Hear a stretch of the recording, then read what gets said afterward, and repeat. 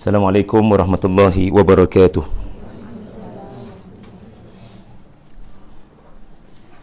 Al-Fatihah. Bismillahirrahmanirrahim.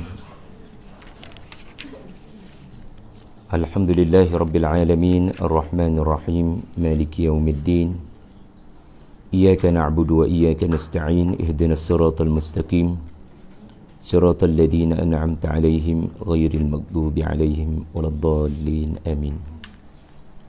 Alhamdulillahi rabbil alamin, wassalatu wassalamu ala asyrafil mursalin wa ala alihi wa sahbihi wa man tabi'ahu wa nasarahu wa jahada fillahi haqqa jihadih. Amma ba'd. Alhamdulillah, syukur pada Allah Subhanahu wa taala, kita dihimpunkan, kita dipertemukan pada pagi ini, alhamdulillah, dalam satu majlis Al-Quran. Terima kasih banyak-banyak pada semua yang hadir, yang melapangkan masa daripada dekat, daripada jauh. Pada hari ini, pada pagi ini, kita akan ambil masa lebih kurang 1 jam setengah untuk bersama-sama berkongsi mengenai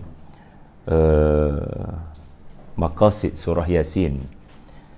Bagi yang baru pertama kali mendengar istilah maqasid, maqasid ini adalah maksud. Ya, maksud adalah maqasid. Itulah maksud dia. Maqasid adalah maksud. Maksud artinya kehendak. Kehendak sebenar pemberi ucapan. Qasad, waqsid fi masyik, waqsid fi masyik waghdud min sautik. Pernah dengar tak? Iaitulah pesanan Luqman yang diberikan hikmah kepada anak andanya. Hendaklah sebelum memulakan perjalanan memasang qasad, waqsid fi masyik, ataupun dalam terjemahan kata bersederhanalah. Bersederhanalah apabila berjalan. Jadi apa maksud bersederhana? Kerana seseorang itu boleh berjalan dengan terlalu laju, seseorang boleh berjalan dengan terlalu perlahan. Tetapi adakah orang berjalan laju dengan orang yang berjalan perlahan ini salah? Sebab kalau yang dimaksudkan sederhana apabila berjalan, waqsid fi masyik, makna hendaklah sederhana berjalan. Ayah ibu faham bagaimana? Kita kena jaga ni cara kita berjalan ni, jangan cepat sangat dan jangan perlahan sangat. Macam mana sederhananya? Macam mana berjalan sederhana? Ada orang berjalan laju, salah? Dia berjalan laju, salah? Sebab kalau terjemahan dia kata waqsid fi masyik, bersederhanalah bila berjalan.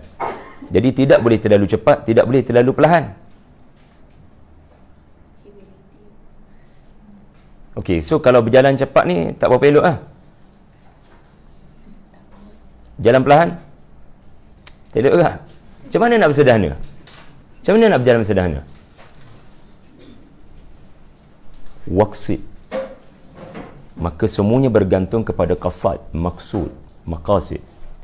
Sebab itu Maududi rahimahullah, dia kata begini, bukan isunya berjalan cepat sangat atau berjalan lambat sangat, sebab benda tu sangat subjektif, susah nak decide. Kerana ulama bila bahas tentang maksud waqsid ini adalah berjalan laju simbol kepada terlalu keduniaan, terlalu semua benda ni takathur, semua benda nak cepat bergegas kepada dunia. Manakala terlalu perlahan pula artinya tidak ada keazaman, pemalas, melepaskan batuk di tangga, tawakal yang tak kena. Kau nak gimana? Tak tahulah, tengoklah rezeki Allah kat mana. So itu sebaliknya, lawan kepada terlalu keduniaan, lawannya adalah terlalu apa? Terlalu keakhiratan. Tawakal yang tak kena, tak ada kesungguhan. Jadi dalam hal ini susah untuk menentukan adakah saya ini terlalu keduniaankah atau terlalu keakhiratankah. Sebab Allah Ta'ala berfirman dalam suratul Qasas, wabtaghi fima ataka Allahu ad-daral akhirah. Kamu kena cari sebanyak mungkin apa yang Allah kurniakan sebagai bekal di hari akhirat. Wala tansa nasibaka minad dunya. Jangan lupa apa yang telah Allah Ta'ala berikan kepada kamu daripada dunia ini untuk diambil manfaat. Jadi tidak salah untuk berjalan cepat atau berjalan lambat. Sederhana di sini maksudnya pasang qasadmu, pasang niatmu, bahawasanya jadikan apa yang diperolehi daripada dunia ini sebagai bekal di akhirat. Jadi semuanya ditentukan oleh niat, bukan cara berjalan tu. Cara berjalan tu hanyalah simbolik kepada jangan terlalu keduniaan, jangan terlalu keakhiratan. Pertengahan adalah ayat yang saya sebutkan tadi. Ya, kejar akhirat, jangan tinggal dunia. Jadi di situ antara maksud qasad ataupun maksud ataupun maqasid, iaitulah apa kehendak sebenar pemberi ucapan. Itu maksud maqasid. Ada orang bila bercakap, dia bercakap tak masuk topik, lepas 5 minit dia tak masuk topik. Dia ajak kita makan nasi lemak bawah ni ke, dia sembang dengan kita, dia tanya macam mana semua family, macam mana semua kan. Dia dah 10 tahun tak jumpa kita, jadi dia bersembang. Akhir sekali kita pun tertanya-tanya apa motif sebenar dia, kan? Apa? What your real intention Apa sebenarnya tujuan kau panggil aku bersembang ni?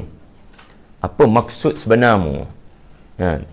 Biasanya lepas sembang tak tahu ke mana arahnya, nampak kelihatan merepek, merapu.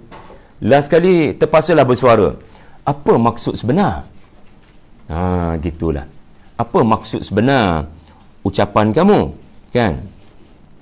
Jadi inilah asal usul perkataan maqasid ataupun maksud. Ia adalah bermaksud kehendak sebenar pemberi ucapan. Jadi bila kita kata maqasid surah Yasin, ia berarti apakah kehendak sebenar Allah Azza wa Jalla menurunkan surah Yasin. Apa agaknya? So saya kena tegaskan agaknya. Sebab bukan mudah untuk anda dan saya mengetahui kehendak sebenar Allah Subhanahu wa Ta'ala bila berkata-kata ataupun menurunkan surah Yasin. Kita tahu kat mana itu adalah kehendak sebenar? Kita takkan tahu, melainkan Allah Ta'ala mengesahkan. Tahniah, kamu benar dalam pernyataanmu, maksud sebenar ucapanku. Tetapi kita takkan tahu. Sebab tu ulama punya adab adalah agaknya, barangkali maksud surah Yasin adalah bla bla bla bla. So maqasid ataupun maksud ini biasanya ringkas-ringkas saja, sebab dia memberitahu tentang kehendak. Ya. Contoh seorang yang memberikan ucapan sejam 2 jam dalam satu pentas politik. Dia sembanglah apa pun, nak undi sebenarnya. Maksud sebenar nak undi. Macam tu je cara kita nak faham. Tetapi walillahil mathalil a'la, surah Yasin ini apabila diamati oleh para ulama, maksud surah Yasin dalam perkataan yang ringkas adalah menegaskan, menjelaskan realiti kehidupan semula selepas kematian. Anda cuba pegang betul-betul pada kenyataan ini, ya, maka insya-Allah perjalanan anda dalam surah Yasin, ya, setiap malam Jumaat ataupun mana-mana malam yang ada adalah perjalanan yang terarah. Ya, singgahlah pada mana-mana ayat, ya, singgahlah pada mana-mana ayat, anda akan memahami maksud ataupun ia adalah huraian kepada apa yang disebutkan tadi. Apa dia? Menjelaskan realiti ataupun kehidupan semula selepas mati ni, dia bukan benda fantasi, dia bukan teori, dia adalah realiti, dia adalah benda benar. Jadi ini antara surah yang mengandungi 83 ayat yang menghuraikan maksud tersebut. Wallahu a'lam. Ini adab para ulama bila berbincang tentang maqasid. Mereka tak berani sangat, tetapi nak mudahkan masyarakat. Masyarakat awam biasanya dia tak sanggup kekadangnya untuk memahami tafsiran ke setiap ayat. Sebab jumlah ayat bukan 3, 83.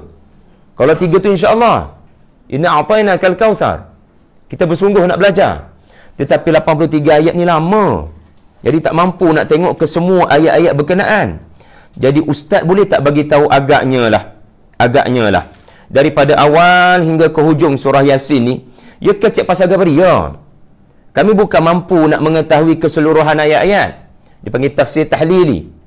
Tetapi ustaz bagi tahu tafsir maqasidi ataupun tafsir maudu'i ataupun tafsir yang disebut sebagai tema. Tema surah ni apa dia? Dan menariknya surah ni lepas Fatir. Fatir ni nama Allah. Nama Allah yang bermaksud menciptakan semula. So, memang eloklah duduk sebelah tu. Duduk berkawan, berapat kat situ. Sebab kawan ni dia kena ada chemistry kan.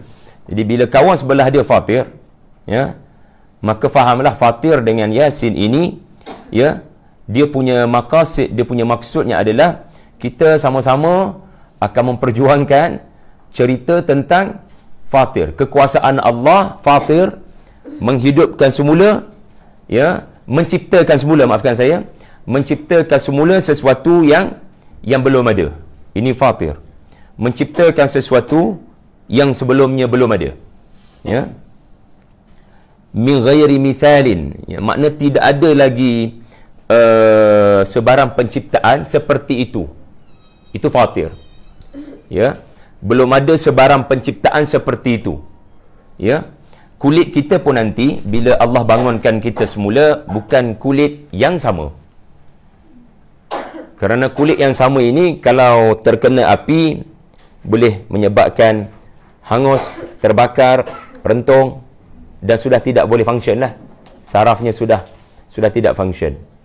Tetapi bagaimana kulit untuk berdepan dengan api neraka, ma'adallah, di mana ia boleh merasai kesakitan walau bagaimana lama pun seseorang itu dikenakan padanya api neraka.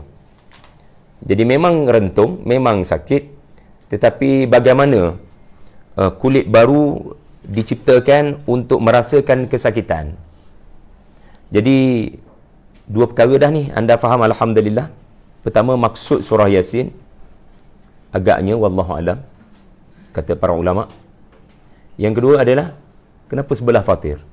Sebab dia sama dari sudut mesej yang nak disampaikan, walaupun cara huraian berbeza, walaupun cara huraian barangkali berbeza, ya, Fatir dengan Yasin ada pendekatan penyampaian yang berbeza.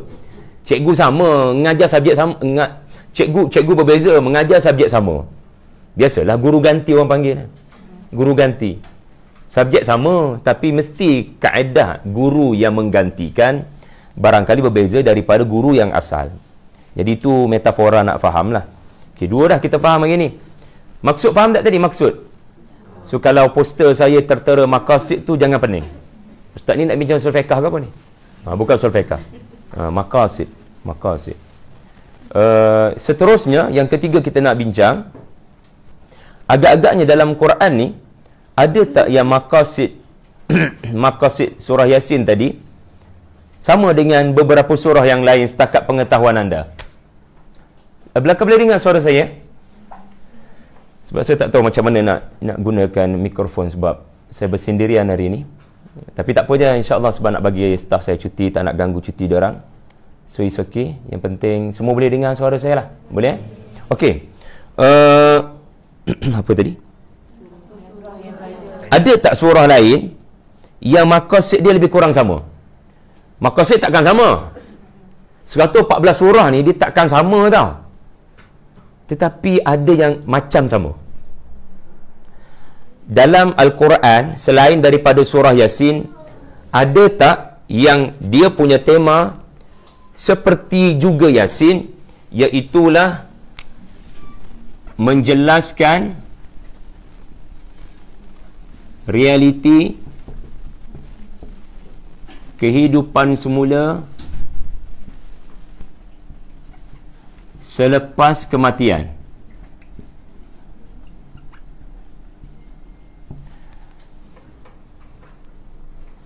Ada tak agak-agak? Apa dia? Setakat yang puan tahu. Agak-agak. Sini kosong, Haji. Boleh kalau Juz Amma, surah An-Naba kan? Itu antara yang kita boleh kata ada ayat-ayat. Walaupun mungkin maqasid tak tahu ni. Sebab maqasid ni dia kena decide berdasarkan daripada awal sampai ke hujung baca. Daripada awal sampai ke hujung baca. Sebab kita nak kata ini maksud sebenar, kita kena dengar ucapan tu 2 jam. Mana boleh dengar ucapan daripada 2 jam dengan 5 minit? Tak boleh. Akan berlaku salah tafsiran. Macam mana anda nak kata ini maksud sebenar ucapan dia? Dia punya ucapan 1 jam, mana dengan 5 minit? Tak boleh, tak boleh. Dia kena daripada awal sampai ke hujung. Jadi,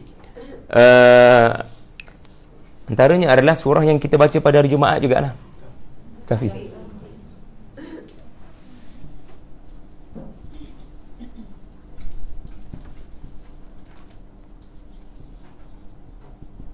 Sebab tu orang yang faham maqasid, dia tak suka bergaduh. Oh, kita kena baca Kahfi, jangan baca Yasin. Sebenarnya bacalah apa-pun Quran. Nabi SAW pun dalam satu-satunya hadis yang saya dapati sahih, walaupun ulama ada yang mengatakan dhaif juga. Satu-satunya hadis yang saya dapati kuat adalah barang siapa membaca Yasin pada mana-mana malam, Allah ampunkan dia pada waktu pagi. Asbaha maghfura, pada bangun tidur tu Allah Ta'ala akan ampunkan dia. Tetapi hadis berkenaan kata dia baca Yasin liwajhillah, bukan li ajli moreh, bukan li ajli al-adah. Orang yang baca Yasin semata-mata nak redha Allah, dia akan menghadapi esok paginya dalam keadaan mendapat pengampunan. Itulah satu-satunya hadis yang saya yakini kekuatannya. Tetapi Nabi tidak mention pun mana-mana malam. Tetapi kalau ada orang baca malam Jumaat pun, silakan. Asalkan dia mendapat kefahaman. Al-Kahfi lain. Al-Kahfi memang jelas Nabi sebut pada hari Jumaat. Tetapi orang yang faham maqasid, dia tak akan berkonflik dengan apa pun surah anda baca. Sebab yang penting, kamu baca Yasin ke, kamu baca Kahfi ke, kamu faham benda ni. Kamu faham benda ni, insya-Allah. Okey, sebagai contoh ya, dalam surah Al-Kahfi,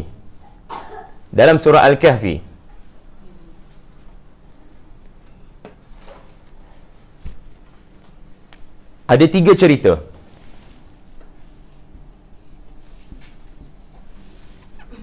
Yang mengajar kita tentang ayat-ayat akhirat dalam Al-Quran. Okey, apa tu maksud ayat-ayat akhirat? Apa maksud ayat-ayat akhirat? Ayat-ayat yang menceritakan tentang realiti masa depan. Benda yang nak jadi di depan adalah realiti, bukan fantasi, bukan teori. Apa benda yang akan berlaku di masa depan? Dari sudut bahasa, akhirat ni benda yang akan datang. Akhirat. Tetapi istilahnya adalah cerita-cerita dari alam akhirat yang diberitahu dalam Quran. Syurga, neraka, pada mahsyar, itu semua adalah cerita-cerita akhirat. Cerita-cerita daripada masa depan. Masalah kita hanya nampak masa sekarang. Masa lampau kita tak nampak. Ya. Sebab benda ni dah berlalu. Kita hanya boleh melihat apa yang sedang terjadi. Adakah anda boleh melihat anda 10 tahun lepas? Ataupun melihat orang-orang sekeliling anda yang tersayang 10 tahun lepas? Tidak, anda hanya melihat realiti. Realiti bagi anda dan saya adalah benda depan mata. Benda yang dalam kategori sekarang, al-an. Tapi benda yang nak jadi pada masa akan datang, kita tak nampak. Kita tak nampak. Tetapi Quran bila bercerita tentang peristiwa-peristiwa tentang masa hadapan, Al-Quran bukan meramalkan. Al-Quran memberitahu fakta. Kita faham fakta, benda dah jadi. Al-Quran datang dengan satu pengumuman penting, fakta daripada Allah, bukan hanya membabitkan benda dah jadi. Kita faham fakta, benda dah berlaku. Iaitulah pukul 9, Ustaz Syahri masih lagi meraba-raba cara untuk live di Facebook. Sebab dia bukan admin. Jadi itu fakta. Iaitu pukul 9 kita tak boleh start lagi. Pukul 9.10 barangkali baru kita start.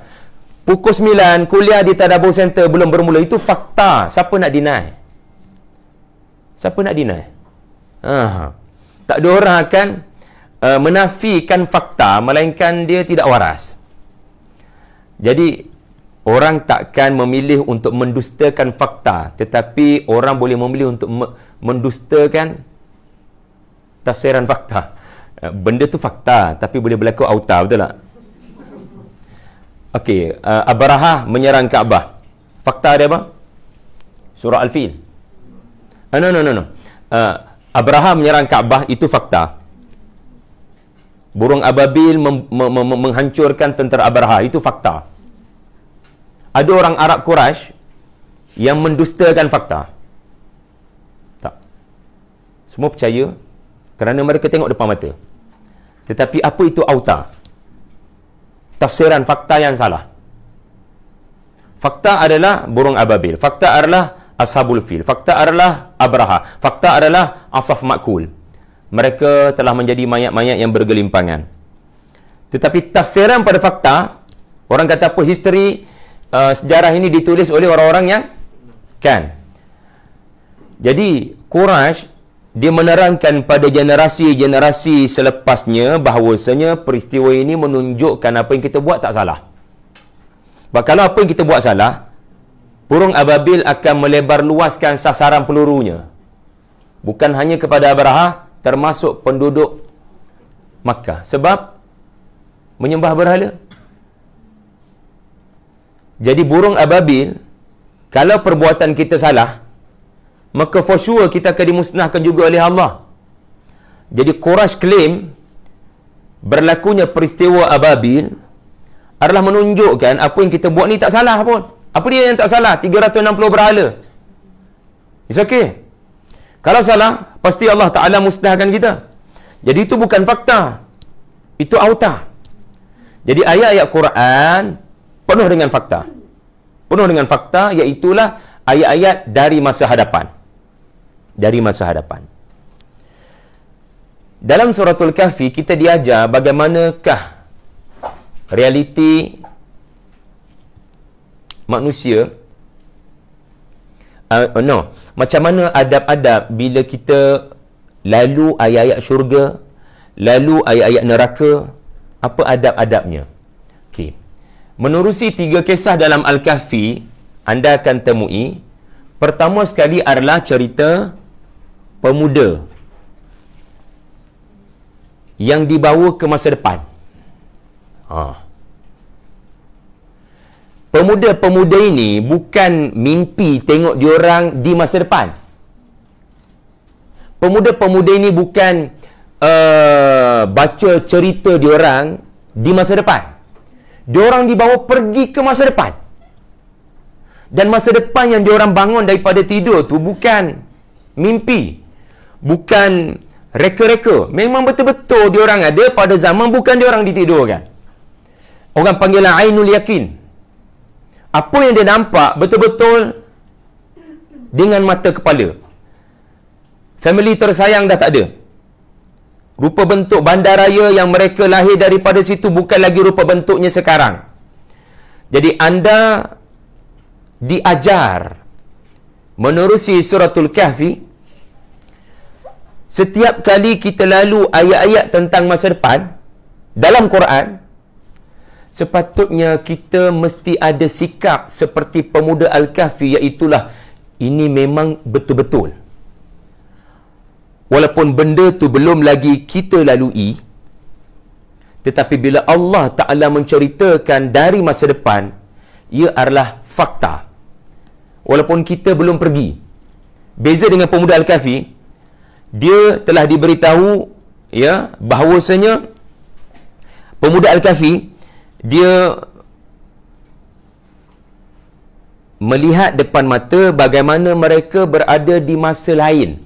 Makhluk masa ni antara subjek penting dalam suratul Kahfi. Sebab akhirat-akhirat ni dia cerita tentang masa. Dan masalah manusia adalah bila benda kau cakap aku tak nampak, aku susah nak percaya. Ini masalah kita. Benda yang bernama masa, sedangkan masa ni makhluk. Siapa khalik dia? Allah. Allah buat masa. Jadi pemuda Al-Kahfi diajar Allah tentang, bila aku cakap tentang kemenangan dalam Injil, sebab dikatakan pemuda Al-Kahfi ini adalah pengikut-pengikut ajaran asal Nabi Isa. Mereka baca ayat-ayat Allah tentang masa depan, iaitulah kemenangan Islam contohnya. So realiti tidak menyebelahi ayat-ayat tu. Realiti seperti tidak mengiyakan ayat tu. So sadaqallahul azim itu adalah keyakinan, tetapi tak nampak depan mata. Depa pun tidur, depa pun bangun. Bangun-bangun depa tengok ayat tu menjadi realiti. So masa ni dia bukan lagi ilmu yakin, dia jadi ainul yakin. Benda dalam kitab sebut kemenangan Islam ataupun janji Allah untuk memenangkan Islam, contoh. Tetapi realiti belum begitu. Masa sekarang tidak memihak kepada ayat itu.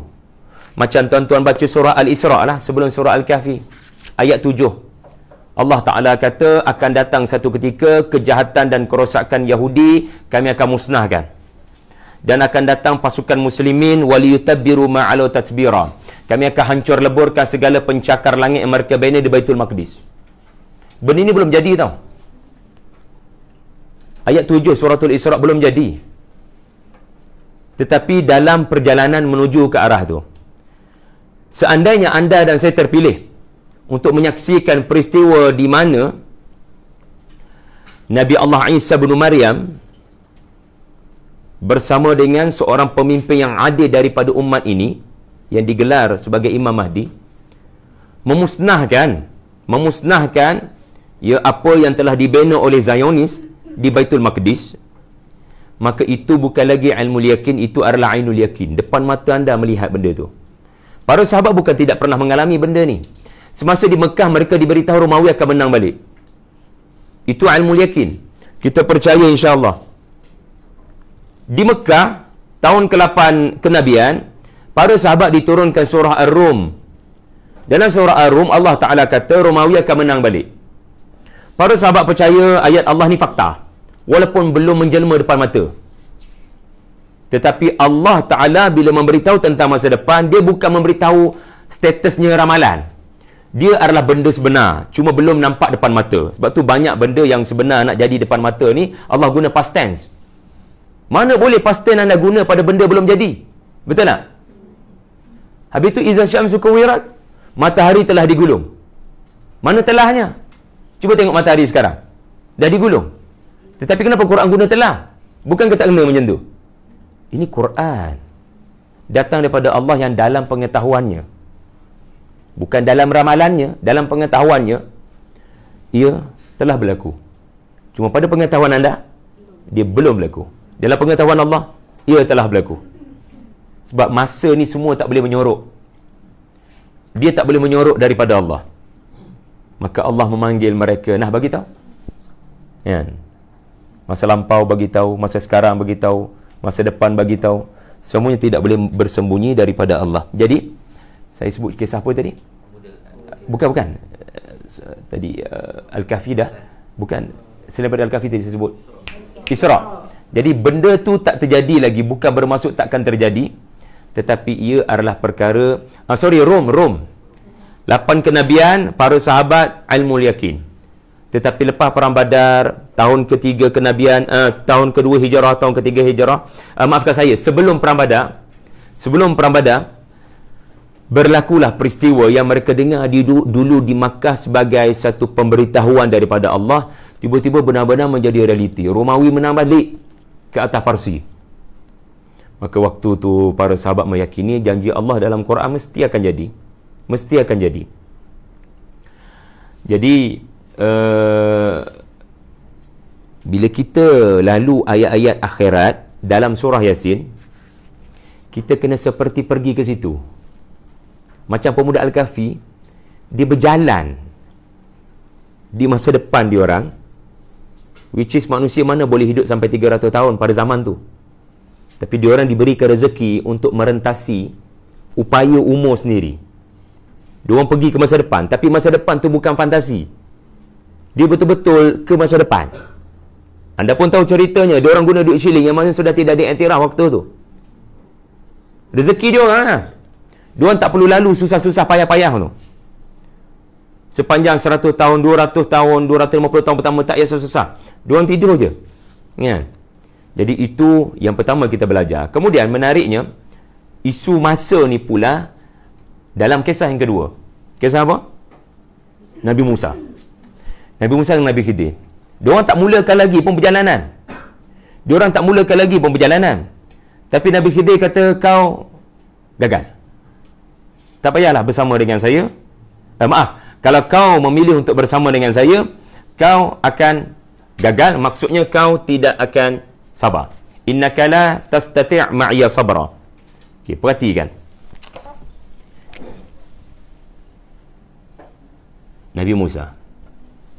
Kalau tadi pemuda-pemuda tu betul-betul tak lalu proses bangun-bangun dah masa depan. Ya. Yang ni pula Tok Guru kata masa depan dan dia lalu proses tu. Yang ni dia tak lalu. Tak ada pemuda Al-Kahfi setiap kali 10 tahun terbangun. Tidur balik. 10 tahun bangun. Tidur balik. Tak berlaku begitu. Mereka bangun saja. Mereka berada pada zaman yang bukan lagi zaman diorang. Yang ni Tok Guru kata kau takkan sabar dengan saya. Musa alaihi salam menganggap ini ramalan seorang guru yang berpengalaman. Tetapi akhirnya terbukti di ketiga-tiga hentian benarlah apa yang Nabi Khidir kata. Ini menunjukkan Nabi Khidir memang memberitahu fakta walaupun benda belum jadi depan mata. Musa gagal menahan kesabarannya pada ketiga-tiga hentian. Awal perjalanan dia menafikan. Hujung perjalanan dia mengiyakan. Di mana benarlah kata-kata Khidir, dia takkan boleh bersabar. Sebab Khidir bukan kata kepada dia atas dasar firasat. Khidir kata pada Musa atas dasar Allah bagi tahu. Wa 'allamnahu min ladunna ilma. So itu fenomena kedua. Di mana Musa lalu proses dia tak sabar tu. Dan Zulkarnain. Ada tak isu masa depan? Kalau yang ni 300 tahun ke depan, yang ni 2-3 jam ke depannya. Oh, InsyaAllah saya akan sabar lagi 2-3 jam. Apa pun guru nak buat, insyaAllah. Tengok tak berlaku pun. Tak sabar. So masa depan ni bukan 300 tahun je. Masa depan ni 2-3 jam. Sekejap lagi anda tak tahu apa akan jadi. Wa ma tadri nafsun madza taksibu ghadan. Apa kamu tahu tentang esok? Apa yang kamu tahu tentang esok? Tapi dalam pengetahuan Allah, dia tahu tentang apa akan terjadi. Pernah baca suratul Masad kan? Cerita pasal Abu Lahab kan? Macam mana anda interact dengan surah tu? Adakah anda berinteraksi dengan surah tu dengan hanya sekadar laknat Allah pada Abu Lahab dan isterinya? Adakah sekadar anda melaknat Abu Lahab dan isterinya? Kerana kalau anda tak laknat, Allah Ta'ala laknat mereka. Seluruh penduduk langit laknat diorang. Diorang telah dilaknat di alam barzah. Adakah surah itu hanya menyebabkan anda melaknat musuh-musuh Islam seperti itu? Jadi sepatutnya ada benda lain kita belajar daripada surah Al-Masad, iaitulah benda yang bernama masa depan Allah tahu. Dan Allah memberitahu salah satunya adalah kesudahan dua individu, iaitulah Abu Lahab dan isterinya. Maksudnya apa? Allah memang mengetahui kesudahan kita semua. Kalau dia tak tahu, kenapa dia cerita orang menikmati syurga ayat 55 Yasin? Cuba tengok ayat 55. Seronokkan belajar tafsir terus ayat 55.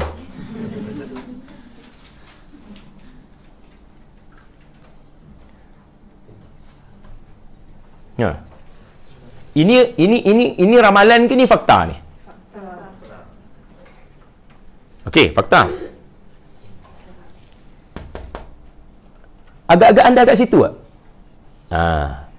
Ayat 55 tu. Allah tak sebut siapa, tetapi agak-agak lah. Anda kat mana? Saya kat mana? Kita tak dalam ayat tu. Yang kita risau bukan kita kat situ. Kita dekat kejap lagi. Ni 63. Risau. Terima kasih Allah, dia tak bagi tahu siapa yang dekat syurga, siapa dekat neraka, kecuali Abu Lahab dengan isteri. Dalam pengetahuan Allah, Allah tahu kesudahan kita. Tetapi jangan sekali-kali kata Abu Lahab dalam neraka dengan isterinya kerana Allah menetapkan. Tak. Itu salah faham. Allah tahu dia dalam neraka bukan bermaksud Allah menetapkan dia daripada dunia lagi dalam neraka. Pengetahuan dengan ketetapan dia beza. Sebab seseorang ke syurga atau ke neraka adalah berdasarkan pilihan. Orang taat, rahmat Allah. Orang maksiat, keadilan Allah. Saya ulang Orang taat, rahmat Allah. Orang maksiat, tidak bertaubat, mati kufur, keadilan Allah. Maksudnya seseorang akan ke syurga dengan rahmat Allah. Seseorang ke neraka kerana keadilan Allah. So Allah Ta'ala sangat adil. Dan Allah Ta'ala maha pengasih. Dia tidak meletakkan seseorang ke syurga atau ke neraka tanpa mengambil kira apa dia buat di dunia. Jadi tak betul orang yang kata jadi baik ke jadi buruk ke kita sudah ditetapkan. Bahaya statement macam tu. Yang sebenarnya adalah Allah memang tahu kesudahan kita. Tak ada faedah pun kita nak ambil tahu. Yang penting kita membuat persiapan. Kita membuat bekalan agar kesudahan kita mudah-mudahan adalah rahmat Allah dan syurga. Cumanya dalam ayat-ayat seperti ini dia menyebabkan kita ubah cara kita pandang. Ini bukan ayat ramalan, ini adalah ayat fakta daripada masa depan. Kalau Allah Ta'ala boleh mengumumkan nama-nama seperti seperti Abu Lahab dan isterinya, for sure tidak ada kena-mengena dengan orang lain dah. Memang dua orang tu dalam sejarah Islam. Maka ini menunjukkan juga dalam pengetahuan Allah nasib kita di mana. Tadaburnya adalah aku kat mana? Adakah ayat ini aku ada di situ nanti? Allah Ta'ala takkan cerita benda yang belum ada orang. Ni adalah cerita tentang dah ada orang. Syurga dah ada tau. Syurga dah ada, orang yang belum ada.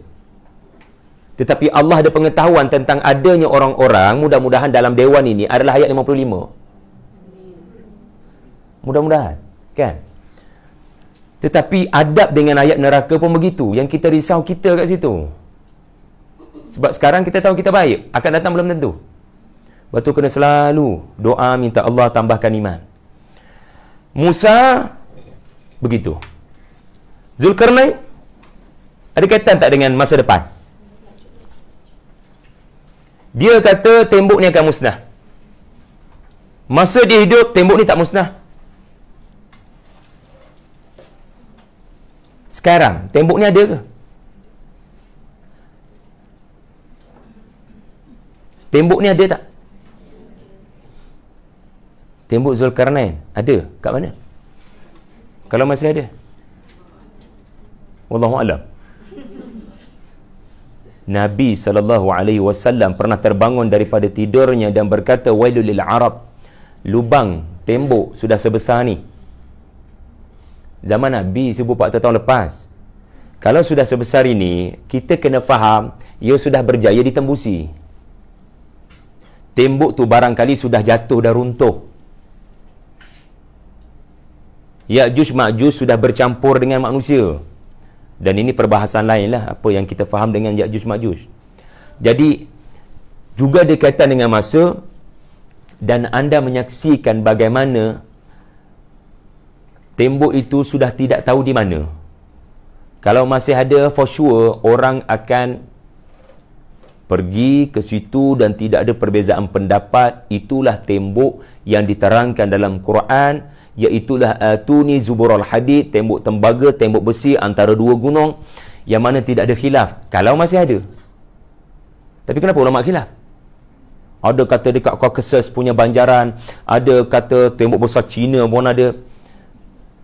Sebab benda dah tak ada. Tapi kesemua isu-isu ini membabitkan masa depan.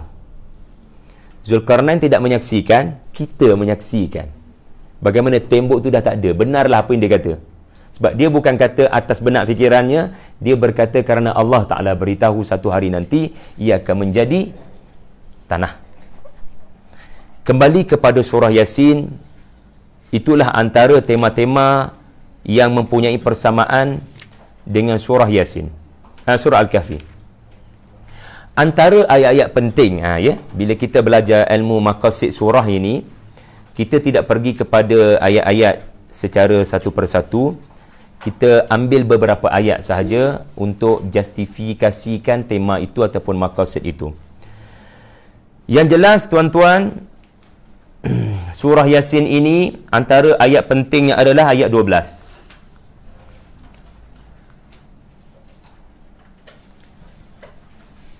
Dalam ayat 12, inna nahnu nuhyil mauta wa naktubu ma qaddamu wa atharahum wa kulla syai'in ahsaynahu fi imamin mubin. Ayat 12 kita baca selalu pun.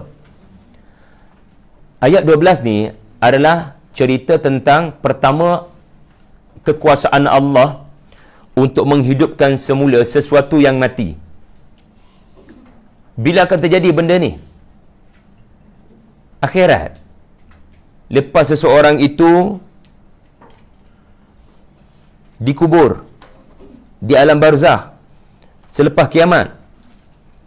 Ayat yang ke-12 ini memberitahu masalah besar apabila seseorang itu dihidupkan semula. Ni adalah masalah besar. Kalau setakat dihidupkan semula, dia bukan masalah. Yang jadi masalah besar adalah apabila adanya soal siasat. Dan soal siasat ini akan berlaku secara ahsainahu. Ahsainahu artinya anda akan terkejut dengan betapa telitinya catatan tentang perbuatan anda. Ahsainahu artinya dikira sampai dengan sangat terperinci. Beras yang jatuh di atas meja, ya, barangkali ya seorang ayah yang baik dia nak didik anak jangan membazir. Ni satu nasi membazir, masuk balik pinggan budak tu. Ni dua yang membazir. Ni ada satu lagi ni, membazir. 3. Orang Syria tak dapat benda ni tau, dia makan batu. Nak ajar nak bersyukur. Jadi perbuatan ambil satu-satu kira dia panggil ahsa. Lepas tu dalam Al-Kahfi, saya jumpa banyak persamaan dengan Al-Kahfi. Lepas tu tak suka gaduh dengan orang. Dia nak baca apa tak kisah, asal kena faham. Dalam Al-Kahfi, ma li hadzal kitab la yughadiru saghiratan wala kabiratan illa ahsaha. Kan sama dengan ahsainahu. Wa wajadu ma amilu hadira. Kitab apakah ini? Terkandung di dalamnya segala perkara besar dan segala perkara kecil, dan mereka mendapati apa yang mereka telah lakukan tertulis di situ. Masalah juga adalah bukan sekadar perbuatan yang dilakukan tertulis, tetapi motif di sebalik perbuatan juga tertulis. Semua yang hadir dalam dewan ini, ia tertulis insya-Allah datang ke Tadabbur Center, ya, datang ke Tadabbur Center. Tetapi itu tersurat. Pernah baca tak suratul Zalzalah sebesar zarah? Apa maksud sebesar zarah? Antara tafsiran sebesar zarah adalah benda tak nampak kecuali dengan mikroskop. Benda tak nampak dengan mata kasar. Kalau perbuatan seseorang, kita boleh nampak orang sebelah kita tu dia jauhi. Kan? Orang sebelah kita tu dia jauhi. Kan? Kita tulis Perancis. Kan? Kawan kita ni, Masya Allah, tulis jauhi.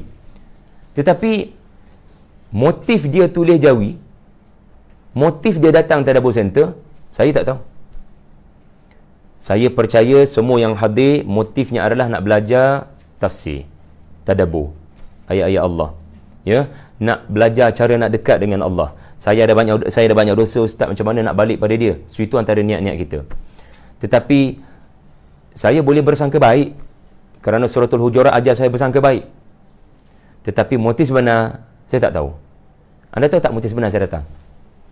Anda tahu tak motif sebenar saya buat hari Ahad bukan lagi hari Khamis malam? Anda tak tahu kan? Jumpa kat sana.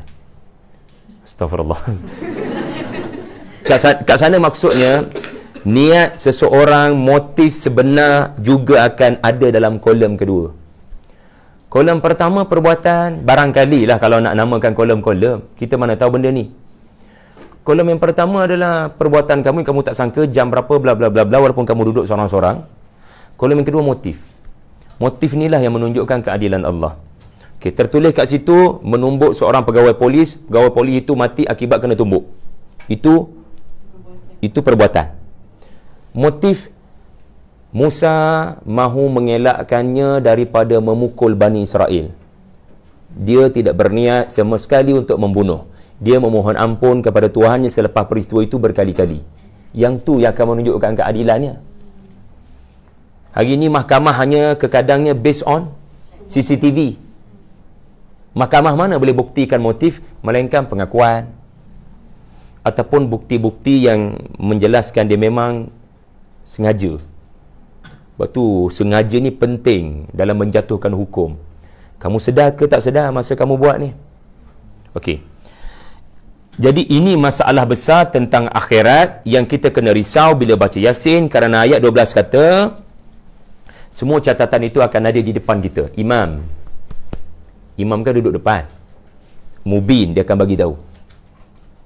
Jadi ini adalah ayat 12 yang menegaskan tujuan turunnya surah Yasin adalah agar Nabi teruskan beritahu kepada Quraisy, walaupun mereka tuduh macam-macam kepada Nabi, tetapi teruskan bercakap pada diorang.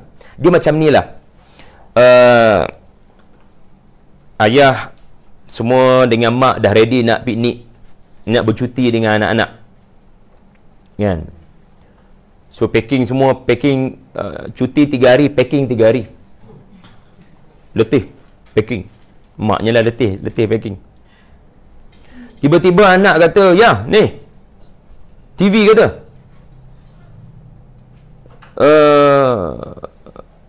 hujan lebat dekat Ulu Langat yang kita nak pergi ni.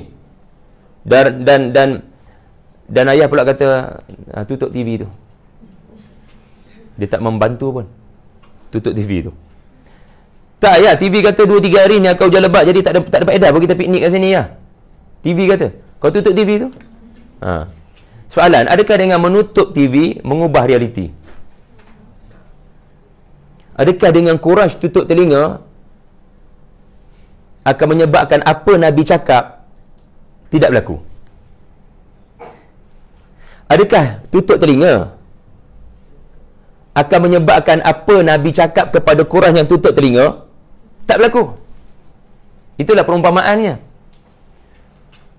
Jadi sebab itu dalam suratul Mulk, qul ara'aytum in ahlakani Allah wa man ma'iya aw rahimana faman yujirul kafirin.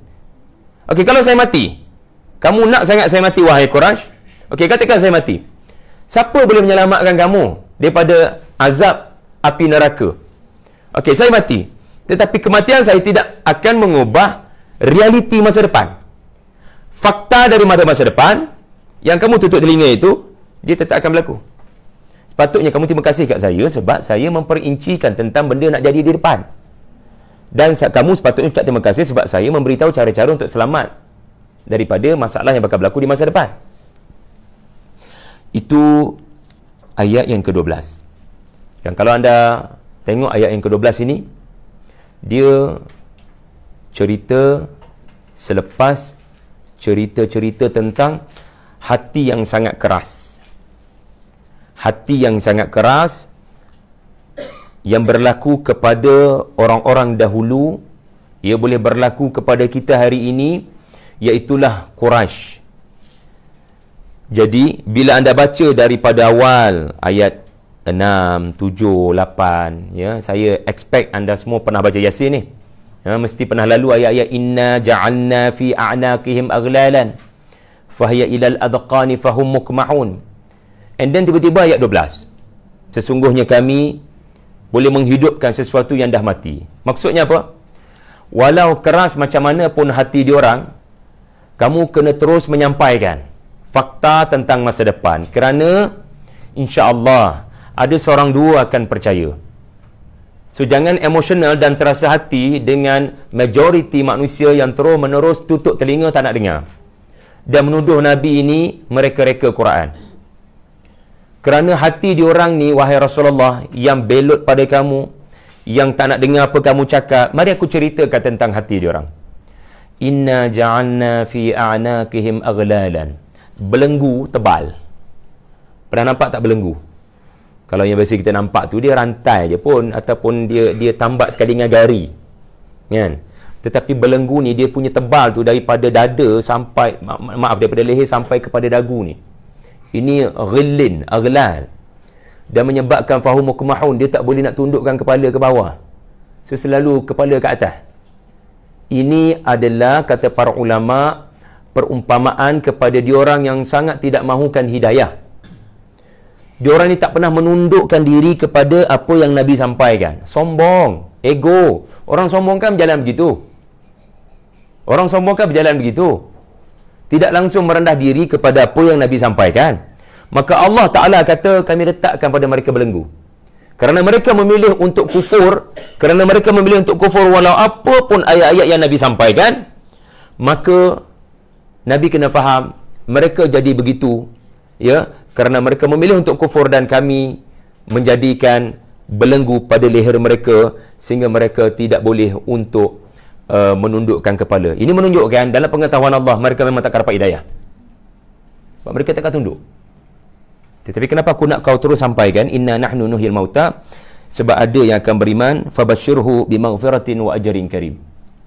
Akan ada orang beriman. 1 ayat 12. Ya, untuk justify tema ni. Kita tengok ayat yang kedua dalam surah Yasin 26. Qila dukhulil jannah qala ya laita qaumi ya'lamun. Silakan masuk ke syurga, alangkah baiknya kalau kaumku mengetahui.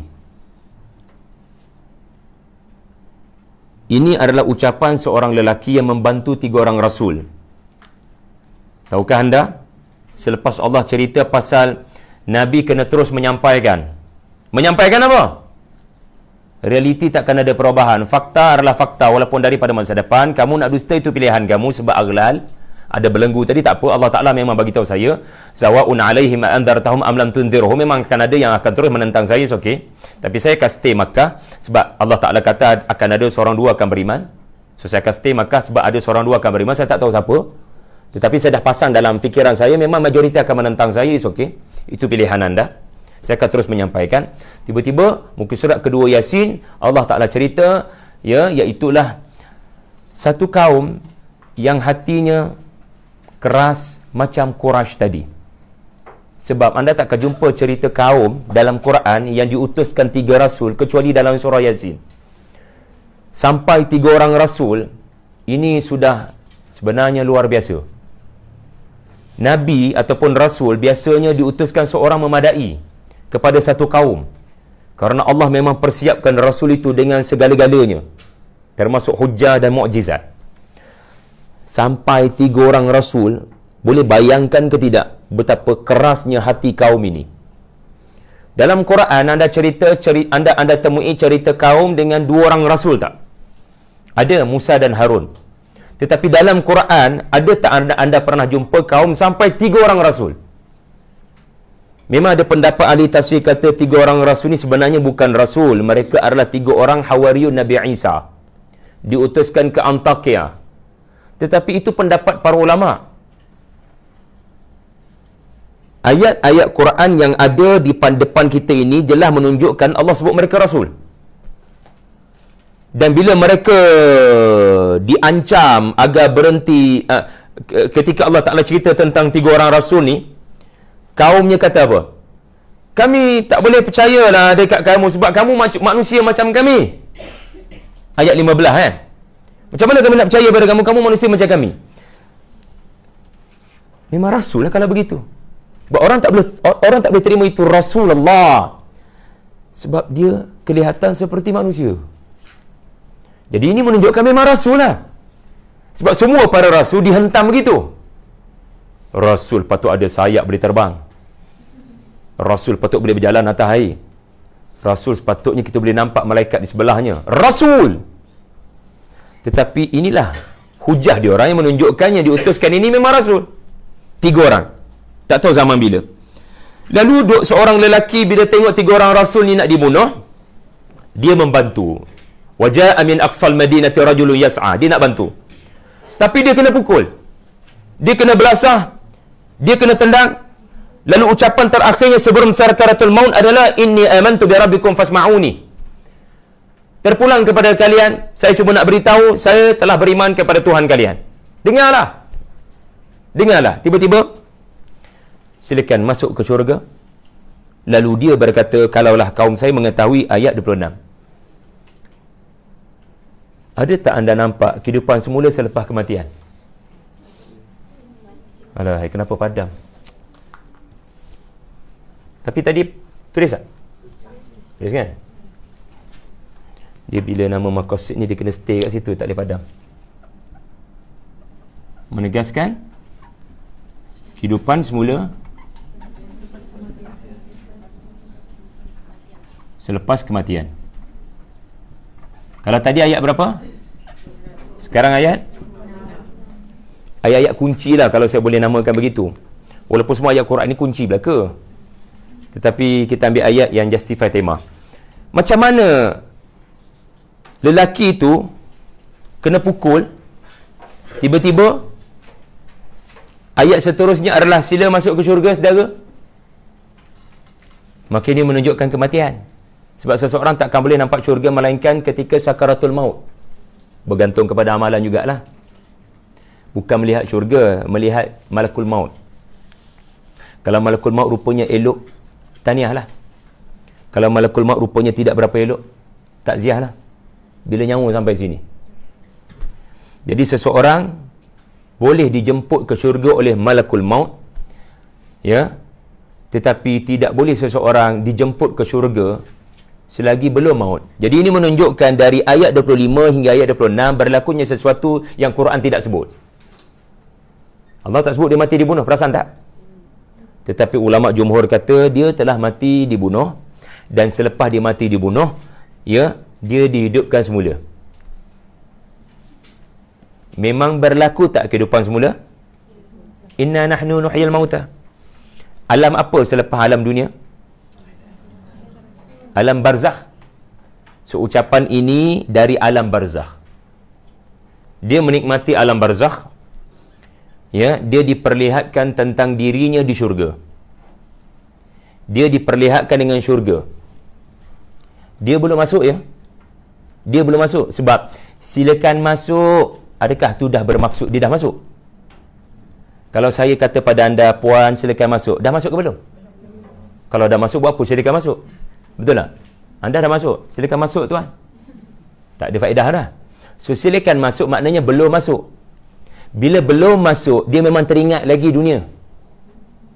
Bila dah masuk, dia memang takkan ingat dah sesiapa. Walau keluarga dekat neraka, dia takkan ingat dah. Sebab nikmat syurga yang sangat fi syughulin fakihun. 55. Sangat menyibukkan anda daripada ingat benda-benda yang tak sepatutnya diingat. Once anda masuk, memang ia adalah kegairahan dan kenikmatan. Takkan ada istilah kalaulah kaum saya mengetahui. Anda takkan ingat dah yang kafir tu. Tetapi kerana belum masuk, dia teringat. Dia nampak daripada kejauhan. Tahukah anda apakah nikmat yang besar di alam barzah? Diperlihatkan kesudahan anda dalam syurga. Cerita belum jadi. Cerita belum berlaku. Sebab akhirat, lepas alam barzah,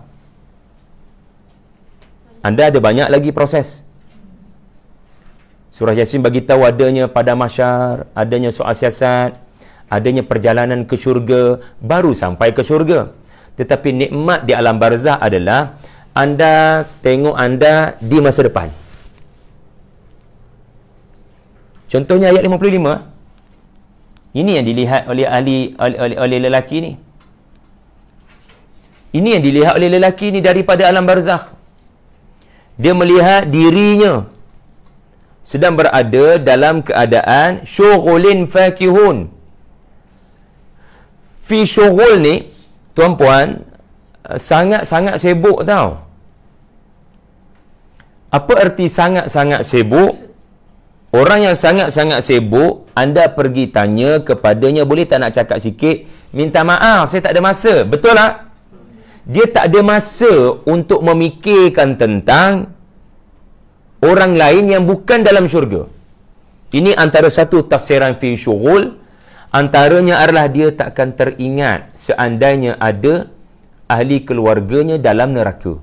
Dia takkan ingat. Ini belas kasihan Allah.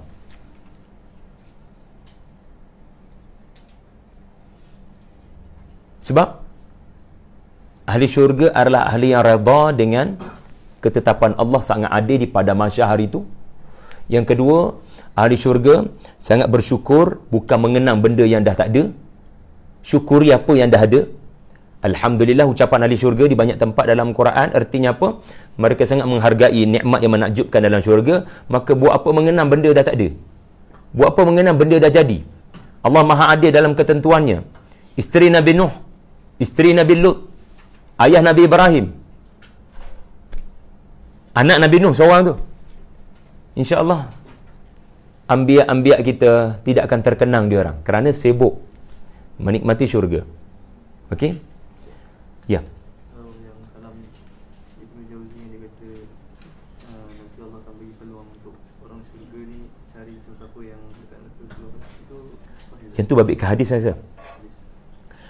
Bila babitkan hadis, pertama kita kena rujuk orang hadis, kena rujuk hadis secara terperinci.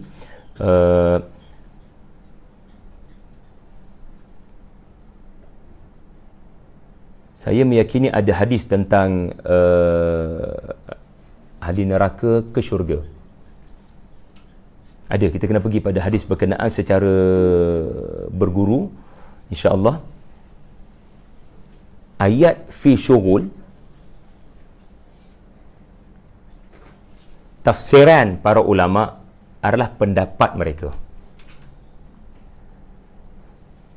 Faham tak erti pendapat? Dalam ilmu tafsir, ia boleh diterima, ia boleh ditolak, asalkan tidak bertentangan dengan ayat Quran yang lain, tidak bertentangan dengan hadis, dan tidak bertentangan dengan pendapat-pendapat para sahabat, murid-murid kepada Nabi, dan tidak bertentangan dengan bahasa Arab. Jadi, apa-apa pendapat para ulama, anda kena filter, asalkan tidak bertentangan.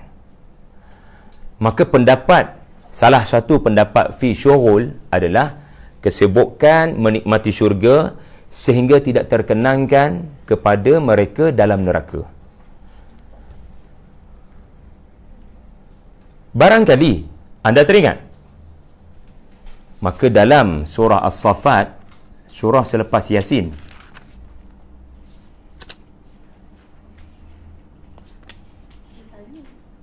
ya, apa dia kah? Rasanya dalam surah As-Saffat tu dia tanya, apa jadi kalau kita yang dulu sama-sama? Itulah, ingat tak ayat mana? Sebelah surah Yasin ni je. Tapi kalau dekat neraka tu Allah bagi tengok.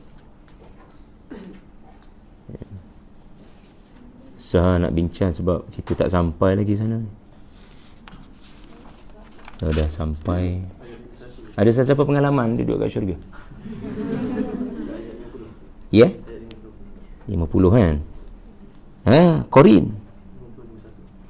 Dia duduk dalam syurga, lepas tu dia mengadap, bersembang. Lalu dia kata, apa cerita kawan kita seorang tu? Ya? Kalau Korin pun boleh teringat, adik keluarga lebih-lebih lagi. Ya? Jadi bila dipertontonkan pada diorang, ya, ayat 55, fattala'a, dia boleh tengok. Ya? Ni kita dekat Bangi ni, orang mereka boleh tengok. Itu teknologi. Itu teknologi akal manusia. Akhirat jauh lebih tu lagi. Kalau setakat kamu kat syurga nak tengok depa di neraka, silakan. Boleh aja. Ya, boleh aja, cuma depa tak buat live kat fattala'a, ya, diperlihatkan, ya. Fattala'a, dipertontonkan kerana ahli syurga minta. Okay, pengajaran dia pun cuba tengok elok-elok. Diorang tak simpati pun. Korin tu kawan baik tu. Tapi ada ke, kesian kat kamu ya Allah, selamatkan dia ya Allah, kesian kat dia ya Allah. Ahli syurga dia faham keadilan Allah. Kalau ahli syurga kata kesian kat dia ya Allah, saya tak sanggup 18 SG. Kena ketuk dengan kepala, kena potong lidah, kesian saya tak sanggup tengok, wahai Allah, cuba tengok.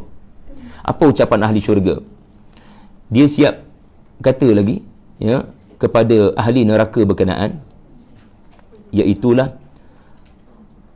Tallahi, ayat 56, in kitta laturdin, ya, in kitta laturdin, demi Allah kau hampir-hampir memberikan kecelakaan kepada aku dekat dunia dulu. Siap bagi nasihat. Kat dunia tak berlaku benda tu, anda akan simpati kawan baik kita akan buat apa saja. Sebab apa? Sebab kita di dunia, syurga lain ceritanya. Pendekatan kita, apapun hadis, kita kena faham satu perkara, ia akan support pada Quran. Dia akan support Quran. Kita nampak bertentangan, kelemahan kita. Kelemahan kita, kelemahan pentafsir kita, kelemahan saya. Tetapi Nabi SAW akan menghuraikan apapun adegan ahli neraka dan ahli syurga dalam hadis yang support ayat-ayat Quran, tiada pertentangan. So saya tak mampu nak bagi detail pada hadis berkenaan, saya bukan orang dalam bidang itu. Alangkah baik saya mengetahuinya, tapi buat masa ini saya tak tahu. Tetapi anda boleh berguru, tetapi pendekatan kita faham adalah dia tak akan bertentangan dengan fi syughul. Fi syughul adalah sangat sibuk, yang mana salah satu tafsirannya kan adalah tadi. Antara tafsiran lain adalah sangat sibuk dalam erti kata, ya, dalam erti kata dari satu program ke satu program, dari satu program ke satu program yang sangat padat dalam syurga, tidak ada kepenatan. Fi syughul artinya sentiasa dari satu aktiviti ke satu aktiviti. Tuan-tuan kalau sibuk pagi ni, petang ni ada program, lepas maghrib ada program, pukul 11 malam tidur mati. Sebab apa? Anda terlalu padat. Ahli syurga dari satu hari ke satu hari, dari satu parti ke satu parti, dari satu kerajaan ke satu kerajaan, dari satu negara kawan ke satu negara kawan, sebab syurga seluas langit dan bintang, langit dan bumi. Fi syughul, ahli syurga sentiasa bertenaga, sentiasa sibuk pergi ke sana kemari, menerima jemputan, rumah terbuka kawan-kawan. Kita akan ada satu waktu minta maaf, ya, rumah terbuka anda ni rumah terbuka yang dah ke-10 pada hari ketiga. So minta maaf lah, saya terpaksa say no sebab banyak mafsadahnya nanti kepada tubuh saya. Jadi kita di dunia kena kekadang sebut tak dapat, tapi di syurga dia tak akan berlaku. Untuk faham fi syurga ni kena buka al-insan. Ada zanjabilah, ada kafura yang bagi tenaga. Kafura ada zanjabilah, dia bagi tenaga. Betul, ahli syurga tidak tidur. Buktinya apa? Ayat seterusnya, dia duduk dengan isterinya di atas sofa yang begitu empuk. Lepas tu aircon pula cantik je. Dia sebab zaman orang Arab dulu dia tak ada aircon. Tapi bila dikatakan ada teduhan, dia faham dah tu. Nilainya adalah tak rasa panas. Tak rasa panas. Teduhan tu maksudnya selesa. Dah duduk dengan isteri, ya, tidurlah. Tapi tak tidur. Allah tak kata naimun, Allah kata muttaqiun. Ya, iaitulah saling berada dalam keadaan ittaqa'an, muttaqa'an, bersandar. Falamma sami'at bimakrihinna arsalat ilaihinna wa atadat lahunna muttaqa'ah, bersandar. Orang suruh tidur, rest in peace. Tak tidur. Nak tidur macam mana? Benda tak ada tidur. Benda bukan boleh paksa. Sedangkan baru habis program ayat 55, dari program ni ke program ni, dari program tu ke program ni. Letih, exhausted. Tapi tu dunia. Dunia. Akhirat adalah duduk atas katil sepatutnya berehat, tetapi mereka duduk dalam keadaan bersandar, berbaring, bersembang sambil, ya, sambil menikmati buah-buahan, ya. Subhanallah. Ahli syurga takkan tidur, ahli syurga takkan mengantuk, ya. Kerana kalau mereka mengantuk ataupun mereka tidur, mereka kehilangan detik yang terindah walau hanya beberapa minit dalam syurga. Ya, pengajarannya dari satu detik ke satu detik dalam syurga semuanya adalah menyeronokkan. Fakihun, saya lupa nak urai tadi. Dia asal daripada fakihah. sentiasa senyum. Bukan senyum joker yang dia buat-buat tu. Anda pergi daripada satu aktiviti ke satu aktiviti, daripada satu program ke satu program, anda jumpa orang tu, orang ni dalam syurga, semuanya fakihun dah. Kekal fakih. Isim fa'il. Kekal senyum. Artinya pun sentiasa menyeronokkan. Seringkali Allah Ta'ala bila bercerita syurga, dia tak terangkan apa yang kita nampak, dia terangkan kita bila nampak. Senyum memanjang dia. Artinya apa yang kita akan lihat dalam syurga adalah sentiasa memberikan keseronokan. Apa sahaja. Tuan-tuan balik rumah kejap lagi. Apa yang boleh menyebabkan anda senyum? Ada ke? Barangkali breakfast disediakan. Senyumlah sekejap. Kan? Tetapi adakah anda sentiasa senyum? 20 tahun kahwin. Anak-anak dah ramai 5 orang. Sentiasa senyum tak pada anak-anak tu? Orang bermotivasi tinggi sentiasa senyum pada anak-anaknya. Okeylah. Tapi tak menentu. Tak menentu, ada waktu kita tak ada senyum. Tetapi bila sentiasa senyum, artinya sentiasa tak ada masalah. Tak ada timbul masalah teknikal, tak cukup garam ke apa, tak ada. Tak cukup gula, tak timbul. Sentiasa senyum. So boleh faham-faham sendiri bagaimana lelaki ni melihat daripada alam barzah kesudahannya di masa akan datang, dan itu sudah cukup sebagai hiburan untuknya dikubur. Ya. Nah, 26. Dan kalau kita buka pula muka surat 13, muka surat yang ketiga, okey, muka surat kedua Yasin tu dah selesai. Ya, kita dah selesai. 26. Okey. Mati hidup balik. Mati hidup balik. Itulah satu-satunya cerita dalam Quran saya dapati berdasarkan pengamatan saya, ucapan dua alam. Macam mana lelaki tu bagi ucapan dekat dua alam? Mula-mula dia bagi ucapan pada kaumnya, tiba-tiba dia bagi ucapan ya laita. Memang kaum aku confirm tak dengar apa aku cakap ni. Sebab dia memang cakap yang kaumnya confirm tak dengar. Alam barzah lah. So ada tak cerita satu orang lelaki yang bercakap di dua alam? Tak ada. Kecuali lelaki ni. Dia punya ucapan tu berterusan. Anda pun baca macam tu saja, anda tak sedari dia dah dua alam tu, dia transisi. Dia berpindah dari satu alam ke satu alam. Itulah kehidupan semula lepas mati. Nak katanya lelaki ni tak mati. La tahsabanna alladhina qutilu fi sabilillahi amwat. Jangan kamu kata orang mati syahid ni mati. Sebenarnya dia orang hidup. Dia orang dapat rezeki. Itu bukti. Antara sebab Allah Ta'ala tak sebut mati, sebab tak ada babak dia mati dibunuh. Tak ada ayat tulis dia sebut mati dibunuh. Tak ada kan? Dari ayat 25 tak ada cerita dia mati dibunuh. Ayat 26 dia dah dijemput ke syurga. Ini menunjukkan mati itu sekejap sahaja kesakitannya bagi lelaki ini. Ia terlalu sekejap. Dan ia terlalu remeh bagi lelaki ini. Lelaki ini tak takut mati pun. Sebab mati itu sakitnya sekejap. Tetapi nikmatnya adalah selepas tu. Itulah alam yang dia dah tak payah sakit. Itulah alam yang mana dia sudah tidak perlu lagi berfikir pasal perkara-perkara menyusahkan.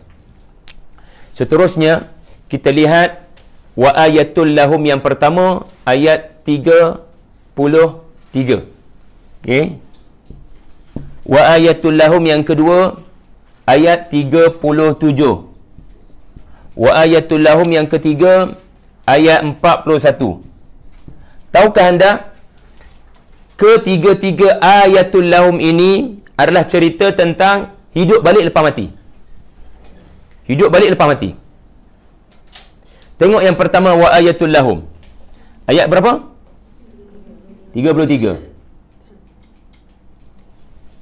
Macam mana bumi mati kami hidupkan semula dengan air hujan yang diturunkan. Depan mata kita hujan turun. Dan ia adalah bertujuan memberikan kehidupan kepada tanah-tanah mati, memberikan kehidupan kepada tumbuh-tumbuhan yang nak hidup. Itu antara tanda kalau kamu tidak percaya pada kekuasaan Allah menghidupkan sesuatu yang dah mati depan mata kamu. Kalau guna time lapse, nampaklah tanah mati selepas hujan turun itu adanya tumbuh-tumbuhan.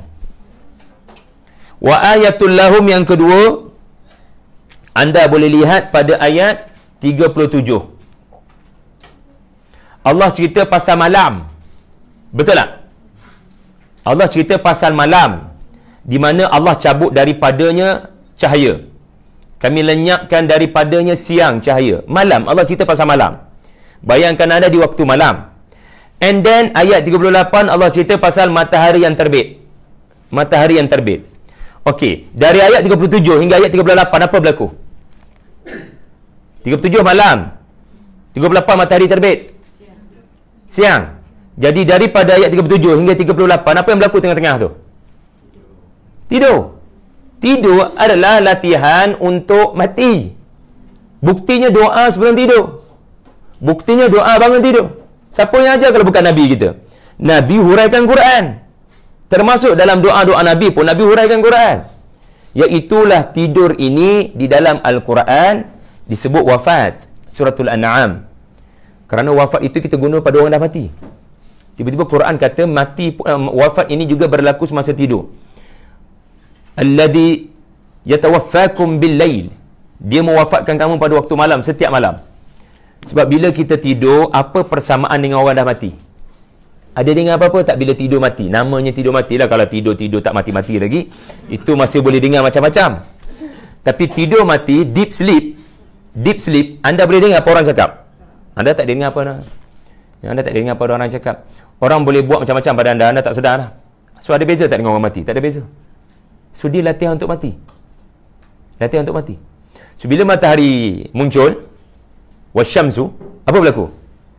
Alhamdulillahilladzi ahyana ba'dama amatana. So latihan kat situ. Hidup balik lepas mati. Maknanya, aku bangunkan kamu daripada tidur. Macam itulah aku bangunkan kamu daripada kubur. Aku bangunkan kamu daripada tidur. Macam tu cara aku bangunkan kamu daripada kubur. Tak susah. Tak susah. Bukan jam loceng tu yang membangunkan kita sebenarnya. Bukan matahari tu yang membangunkan kita. Itu semua asbab berlaku. Yang membangunkan kita adalah Allah Subhanahu Wa Taala. 7 pemuda Al-Kahfi bangun serentak. Tak kepelik? Ba'athnahum. Macam mana boleh bangun serentak? 300 tahun tak ada salah seorang pun bangun lebih awal. Tiba-tiba bangun serentak. Jelas kat situ kuasa Allah. Kan? Sepatutnya seorang bangun dulu. Bangun Melaka, lama tidur Tamliha tu, Maximiliano so bangun. Tak, bangun serentak. Diorang tiba-tiba genyah mata, gosok mata. Macam mana boleh bangun serentak? Yang tu diorang terus bincang. Dialog pertama bila bangun tidur, berapa lama kita tidur? Kalau yang lain tak bangun-bangun, dialog pertama adalah bangun Melaka. Betul tak? Dialog pertama adalah mereka membangunkan sesama mereka. Tetapi dialog mereka bangun-bangun saja. Lama benar kita tidur. Ini menunjukkan semua dah jaga. Dan ini menunjukkan mereka bangun dengan tubuh mereka masa diorang tidur. Ini menunjukkan diorang tak sembang tentang tubuh diorang. Kenapa kau janggut banyak sangat tu? Kenapa berkedut-kedut tu? Ya. Tetapi first kali diorang bincang adalah lama benar kita tidur berapa lama? Ini menunjukkan tubuh mereka tidak jadi isu. Sebab tubuh mereka kekal. Dan wa ayatul lahum yang 41 pula adalah cerita kapal Nabi Nuh alaihi salam. Ya. Kalau bilik tafsir Ibnu Katsir, dia kata ini adalah cerita tentang ayat 41 lah, ayat 41. Ayat 42 adalah Allah berkuasa mengilhamkan kepada manusia untuk reka bahtera yang berkonsepkan konsep bahtera Nabi Nuh. So Nabi Nuh adalah pelopor dalam perintis dalam hal nak bawa orang atas laut selamat. Sini bina bahtera berkenaan diilhamkan Allah juga kepada orang lain. Tetapi bapa dalam hal ini adalah Nabi Nuh. Okey, ada tak kaitan hidup balik lepas mati? Dalam ayat 41 cerita bahtera Nabi Nuh yang penuh dengan masyhun. Masyhun artinya penuh dengan binatang, penuh dengan makanan, sebab dia pun tak tahu berapa lama nak bertahan daripada ribut taufan. Penuh dengan orang sampai tak muat nak duduk. So bila anda datang tadabbur center tak ada tempat nak duduk, itu panggil masyhun. Sudah masyhun tadabbur center sampai tak boleh nak duduk, ya, cuma penuh dengan manusia lah, ya, bukan binatang-binatang. Binatang-binatang tu kapal bahtera Nabi Nuh alaihi salam. Ada tak cerita mati dan hidup? Logik. Sekarang ini Allah Ta'ala mula nak mencabar logik. yang orang tak percaya kuasa Allah ni. Dia tak percaya Allah boleh hidupkan balik sebab kita semua dah jadi debu, jadi tanah. Macam mana boleh hidup balik? Ya. Pertama, macam mana boleh hidup balik kalau dah jadi tanah? So tak ada seorang pun kafir ni yang tak percaya mati. Semua percaya pada mati. Kita pun percaya pada mati. Cuma hidup balik lepas mati, mereka tak percaya. Dan mereka juga tak percaya macam mana setiap inci perbuatan kita ada catatan. Mana boleh terima benda ni? Itu antara dia punya denial dia. Jadi Allah Ta'ala mula sanggah bahtera Nabi Nuh. Dibuat oleh orang yang pertama kali membenanya tak ada sebarang pengalaman dalam jurutera kapal. Bahtera Nabi Nuh dibuat daripada paku dan papan sahaja. Bahtera Nabi Nuh menghadapi ombak setinggi gunung. Bahtera Nabi Nuh penuh dengan muatan. Logik apa kata boleh survive bahtera tu dengan 4 logik saya sebut tadi? Pertama, bahtera itu dibuat oleh orang yang tak ada pengalaman dalam kejuruteraan perkapalan. Yang kedua, kapal itu dibina dengan paku dan kayu sahaja. Yang ketiga, kapal itu menghadapi ombak setinggi gunung, kata surah Hud. Ombak setinggi gunung ni, Titanic boleh tenggelam. Ini kan kapal daripada kayu dengan paku tu. Orang duduk kat dalam tu. Dan yang keempat, macam mana nak survive dengan kapal tu sendiri penuh dengan bagasi. Boleh tenggelam, jatuh ke bawah. Tetapi kami yang mengapungkan zuriat mereka. Nampak tak perkataan zuriat mereka? Kenapa Allah kata zuriat? Saya sangka anna hamalnahum, tapi Allah kata zuriat. Maksudnya apa?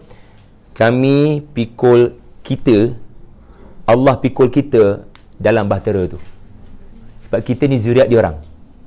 Yelah, memanglah kita anak-anak Nabi Adam, tapi Adam kedua kepada manusia ini adalah Nabi Nuh dan anak-anaknya. Ya, kita ini berasal daripada bahtera tu. Sebab selain daripada bahtera tu adalah musnah belaka kafir. So keturunan kita orang beriman, bukan orang yang tak beriman. Sebab semua orang yang kafir mati belaka dalam peristiwa banjir besar. So kita berasal daripada situ. Hidupnya kita kerana mereka beriman. Kita takkan hidup kalau tidak kerana mereka beriman. Sebab tu Allah kata zuriat. Korang semua ni wahai Quraisy asal daripada mereka. Mereka beriman, kenapa kamu tak beriman? Jadi logik kata tak boleh hidup, Allah Ta'ala hidupkan. Logik kata bersembunyi di puncak gunung akan hidup, tapi mati termasuk anak Nabi Nuh. Puncak gunung, patut air tak naik. Tetapi hari ni semua perkara yang bernama logik tidak berfungsi. Ya. Sebab anak Nabi Nuh guna logik lah. Saya akan pergi ke puncak gunung, air tak akan sampai. Air tak akan sampai. Jadi masih lagi wa ayatul lahum bertemakan hidup walaupun kamu fikir tak logik, mati walaupun kamu fikir tak logik. Maka antara ayat-ayat lain ya yang mencabar logik ini, saya rasa kita terus pergi kepada ayat 80. Masya-Allah, dah habis dah. Alhamdulillah. Okay. Ayat 80. Ada tak jumpa pokok hijau? Ni macam mana nak kata logik tak logik? Manusia yang bernama Quraisy dia menggunakan logik. Okey, kepada orang yang menggunakan logik, cuba tengok pokok yang kamu tebang. Tuan-tuan tebanglah mana-mana pokok asalkan itu bukan pokok mati. Hatta tak payah pokok tumbuh-tumbuhan. Ada air tak? Kan? Boleh kita kapak ke, kita pisau ke mana-mana tumbuh-tumbuhan. Sebenarnya ada air. Yang tu kita belajar pun dalam apa? Adik, kita belajar? Photostat. Fotosintesis. Okey. Kita potong ke, dia mesti ada air mengalir ataupun air menitik. Sebab air tu berjalan. Nak katanya itulah pokok hijau, pokok tu basah. Macam mana kamu boleh keluarkan api daripada pokok berkenaan? Dalam tu dulu ada air. Tetapi akhirnya pokok-pokok ini apabila telah kau cabut, kering, daunnya kering, ya, kamu boleh menjadikan daripada dahan-dahan kayu-kayu, ranting-ranting ini penghangat tubuhmu dengan api yang terbakar menggunakan kayu-kayu ini. Ya, kita nyalakan obor zaman dulu-dulu pun orang guna apa? Benda daripada pokok tu, apa dia orang panggil? Pelepah. Pelepah kelapa yang benda dia panggil tu. So, macam mana daripada benda ada air basah kat dalam tu, tiba-tiba satu harinya kemudian dia menjadi tempat kamu nyalakan api. So macam mana? Ya, benda yang asalnya akhdar ni maknanya sangat semula jadi, warnanya hijau, ya, dan basah, tiba-tiba boleh keluar daripadanya api. So tak payah pelik kalau benda dah mati ribuan tahun, kami boleh hidupkan balik. Kalau benda dah mati ribuan tahun, dalam tanah sudah bergabung dengan tanah, kami boleh hidupkan balik. Sebagaimana tak logiknya benda basah tiba-tiba boleh keluarkan api daripada tu. So sebenarnya dia adalah kuasa Allah. Ya. Ada apa-apa soalan tak tuan-puan tentang surah Yasin? Mudah-mudahan anda berjalan dalam surah Yasin dengan antaranya dengan bantuan maqasid tadilah, dengan bantuan tema tadi.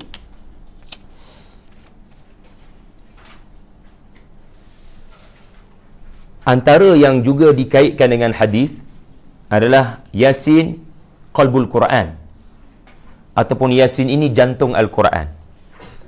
Qalbu barangkali juga hati, bukan jantung. Apa beza jantung hati? Bukan ke jantung hati? Kau adalah jantung hatiku. Kan? Rizim si jantung hati. Dulu minat Yukis dulu, zaman jahiliah dulu. Antara lagu yang saya hafal lah. Astaghfirullah. Okey. Jantung ni function dia apa? Tubuh fizikal kan. Okay, apa jadi kalau jantung tak function? Mati. Hati pun sama. Bukan maksud saya hepatitis.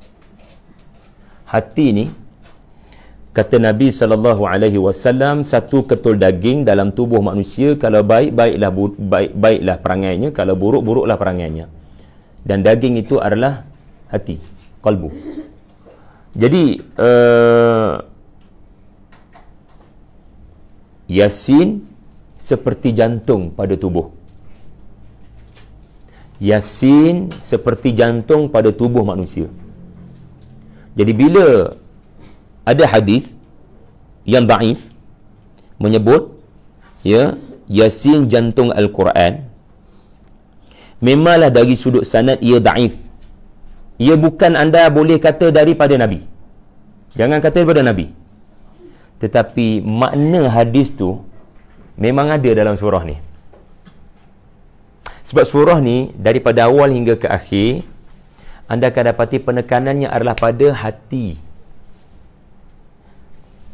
Contoh, anda boleh lihat pada ayat liyundhira man kana hayyan, ayat 70. Anda bagi tahu saya, hayyan kat situ merujuk kepada batang tubuh yang hidupkah atau hati yang hidup? Al-Quran memberikan peringatan kepada mereka yang masih hidup. So, apa yang hidup ni? Quran akan beri manfaat. Rasulullah kena stay Mekah. Kena bacakan Quran. Inna nahnu nuhyil mauta. Itu awal surah. Sekarang, liyundhira man kana hayyan, perkataan hayya muncul lagi di penghujung surah. So Nabi kena stay Makkah. Walaupun majoriti tidak beriman, relax, stay dulu sebab ada seorang dua yang masih hidup. Hayyan. Maksudnya apa? Adakah orang tu hidup tak mati? Kerana Quran, kalau orang tu dah mati, anda bacakan sekalipun Quran, dia mendengar ke? Dia tak dengar, dia tak dapat manfaat dah. Tetapi Allah Ta'ala kata, ada orang dia hidup tapi sebenarnya mati. Ada orang hidup tapi sebenarnya mati. Mayat hidup. Sebab hidup bagi Allah Ta'ala, seseorang itu sebenarnya hidup di sisi Allah Ta'ala adalah apabila tubuhnya hidup, hatinya hidup. Ya, seandainya tubuhnya hidup, hatinya mati, maka ia sebenarnya mati. Quran tidak akan memberikan manfaat. Maka sebab itu Allah Ta'ala kata liyundhira man kana hayyan. Al-Quran akan memberikan peringatan kepada orang yang dalam hatinya ada kehidupan. Ya, dia mahu menghidupkan hatinya. Dia tidak mahu membiarkan hatinya mengalami kematian. Jadi wa yahiqqal qawlu 'alal kafirin, dan Allah Ta'ala akan membuktikan bagaimana benarnya azabnya kepada orang yang hatinya mati, yakni kufur. Ini antara tafsiran para ulama kepada hayyan. Ya. Jadi bila kita baca surah ini, maka kita juga dapat memahami bagaimana Allah jugalah yang berkuasa untuk menghidupkan hati yang telah mati. Maka cara-cara untuk hidupkan hati daripada mati diterangkan dalam surah ini. Sebagai contohnya, dan ini yang terakhir, anda boleh lihat antara cara Allah Ta'ala boleh hidupkan hati adalah dengan cara membanyakkan infak. Ayat 45. Ayat 45. Ayat 45. Ya. Sorry, 47. Jumpa tak ayat 47? Ayat tu pasal apa? Ayat tu pasal kalau kamu tak boleh dengar Quran yang aku sampaikan, okey tak apalah, cuma please kalau jumpa orang miskin tu tolonglah dia orang. Ni metod dakwah Nabi. Bila orang tu tak terkesan dengan cara hablum minallah, okey tak apalah, hablum minan nas. Tolonglah, jangan timpakan kejahatan pada orang-orang yang yatim piatu. Jangan lagi yadu'ul yatim, yamna'unal ma'un. Please lah, stop lah. Infakkan kepada mereka kebaikan. Berikan kepada mereka apa yang mampu kamu berikan daripada kekayaan kamu. Tetapi jawapan diorang sangat biadab, anda boleh baca sendiri. Rupa-rupanya infak boleh menghidupkan hati yang mati. Infak apa dia? Infak jangan bataskan hanya pada duit. Infak boleh berlaku dalam bentuk nasihat. Sebab itu Allah Ta'ala tak sebut infak dalam bentuk apa, betul tak? Anfiqu. Apa sahaja yang Allah Ta'ala rezeki. Allah rezeki pada kita ilmu, berikan ilmu. Ia infak. Allah rezekikan kepada kita apa-apa saja, share pada orang lain. Ya. Makanan juga infak. Sebab tu anutaimu, kami nak bagi makanan pada orang yang Allah Ta'ala kalau dia nak kaya kan, dia pasti kaya kan. Ya, tengok ya macam mana perangai menyalahkan Allah. Macam mana perangai menyalahkan Allah. Macam mana kami nak bagi infak makanan. Ya, perlu ke kami bagi makanan kepada orang yang kalau Allah kata kun fayakun, kepada dia rezeki dapat, dia dapatlah Allah Ta'ala. Maknanya dia tak dapat sebab Allah tak takdirkan lagi. Kenapa nak suruh saya? Sebab dia belum ditakdirkan dapat rezeki. Maksudnya apa? Saya tak bagi rezeki pada dia, takdir Allah. Dia tak dapat sedikit daripada makanan mewah saya adalah kerana ketentuan Allah dia. Jangan nak kaitkan saya kena infak pada dia sebab semuanya ketentuan Allah. Ini cara pandang orang yang nak bagi alasan.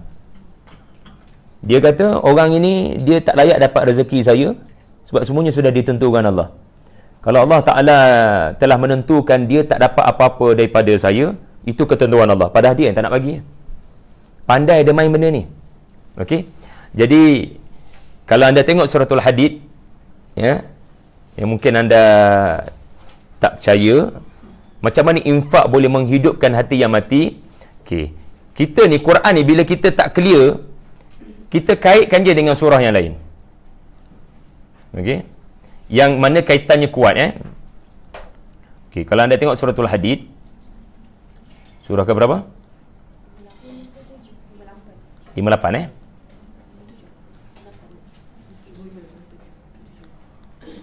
58 57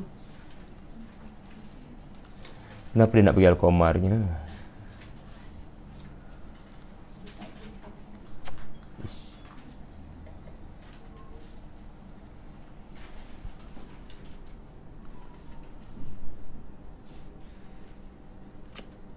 Kenapa dia pergi situ? Al-Hadid. Tu kena tekan apa sebenarnya? Kena pun. Okay, anda tengok cuba cari ayat infak. Ada ayat infak kat situ tau. Okay, ayat infaknya ada di 10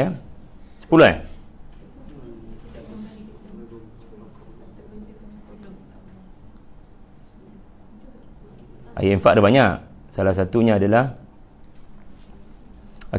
ayat 18. Pasal sedekah, betul tak? Orang-orang yang bersedekah, lelaki dan perempuan yang memberikan pinjaman, bantu orang yang memerlukan. Kalau tak boleh bagi infak, bagilah pinjaman. Infak kan, dengan ikhlas akan dapat ganjaran. Ini ayat 18. Dan surah Yasin tadi pasal infak.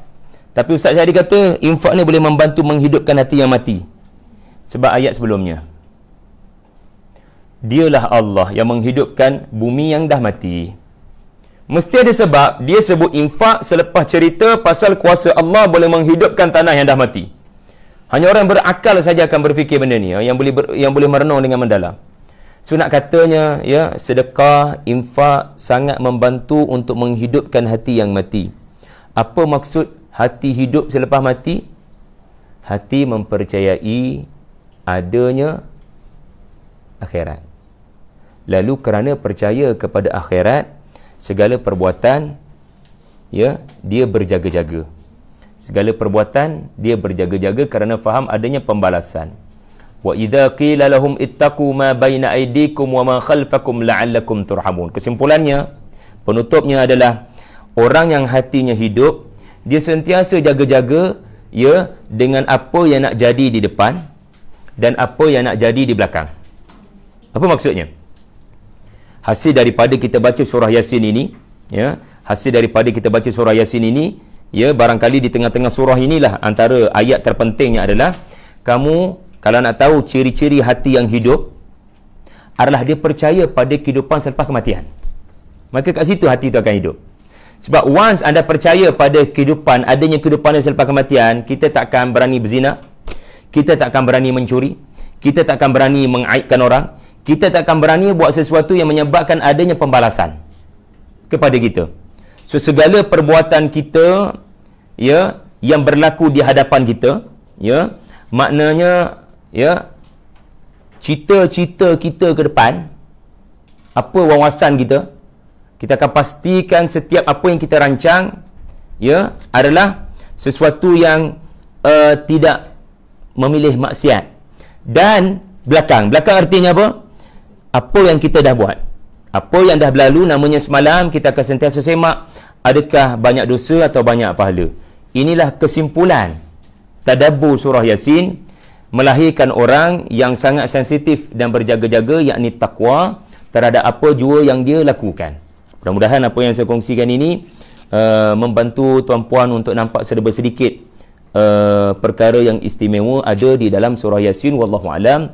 Ya, ada apa-apa soalan tuan-tuan, puan-puan? Selepas 1 jam lebih, setengah lebih kita bersama. Dalam ayat 47 tadi kan, yang Ustaz kata infak tu dia sebenarnya bukan semata-mata duit kan. Tapi jawapan yang ejekan daripada tu, dia kafir tu, dia kata patutkah kami memberi makan. Maksud dia macam yang ayat tu infak yang saya faham lah. Ya. Dia rezeki, tapi macam Ustaz kenangan tadi, dia bukan semata-mata duit kan. Macam orang kafir ni pula dia kata patut kami memberi makan. Maksud dia adakah infak tu dia terkait juga dengan duit, betul tak? Betul. Kalau makan ni kan. So macam mana kita nak faham supaya dia sebenarnya bukan duit saja? Kalau infak berdasarkan ayat ini adalah makan, beri makanan, ataupun beri duit kepada fakir miskin berkenaan supaya dia boleh beli makanan. Kerana infak berdasarkan ayat ni. Tetapi infak dalam Quran tidak hanya terbatas kepada beri makanan atau beri duit. Anda boleh cari ayat infak ataupun bilik kitab warna hijau ni, Mawsu'atut Tafsir Mawdu' ni, cari bab infak Hamzah nafaqah, infak. Anda akan tengok macam mana banyak ayat-ayat Quran yang mention infak. Lalu kesimpulannya, infak tidak hanya terbatas, antara contohnya Al-Munafikun. Al-Munafikun, menjelang seseorang tu mati, orang munafik kata apa? Surah ke berapa? Al-Munafikun. Naik macam tu. Alah. Surah ke berapa? Surah ke-63. Muka surat. Okay, kan? Kalau anda tengok suratul Munafikun, okay, cuba tengok ya, ayat 10. Puan Nur Hampunan Nami kan? Wa anfiqu mimma razaqnakum min qabli an ya'tiya ahadakumul maut fayaqulu rabbi laula akhartani ila ajalin qarib fa asaddaqa. So infak di situ, ya, bukan bermaksud beri makanan. Infak di situ adalah bermaksud sedekah, beri duit. Ini baru ayat yang kedua. Cuba tengok ayat-ayat lain pasal infak, di mana kita ketemui pelbagai bentuk infak berdasarkan ayat tu. Sebab itu bila Allah Ta'ala sebut secara umum dalam surah Yasin tadi, wa anfiqu, maka hendaklah kamu infak. Ayat berapa tadi? Kan? Ayat 47 tadi. Infaklah apa-apa sahaja, ya, anfiqu. Dia umum, anfiqu mimma razaqakumullah.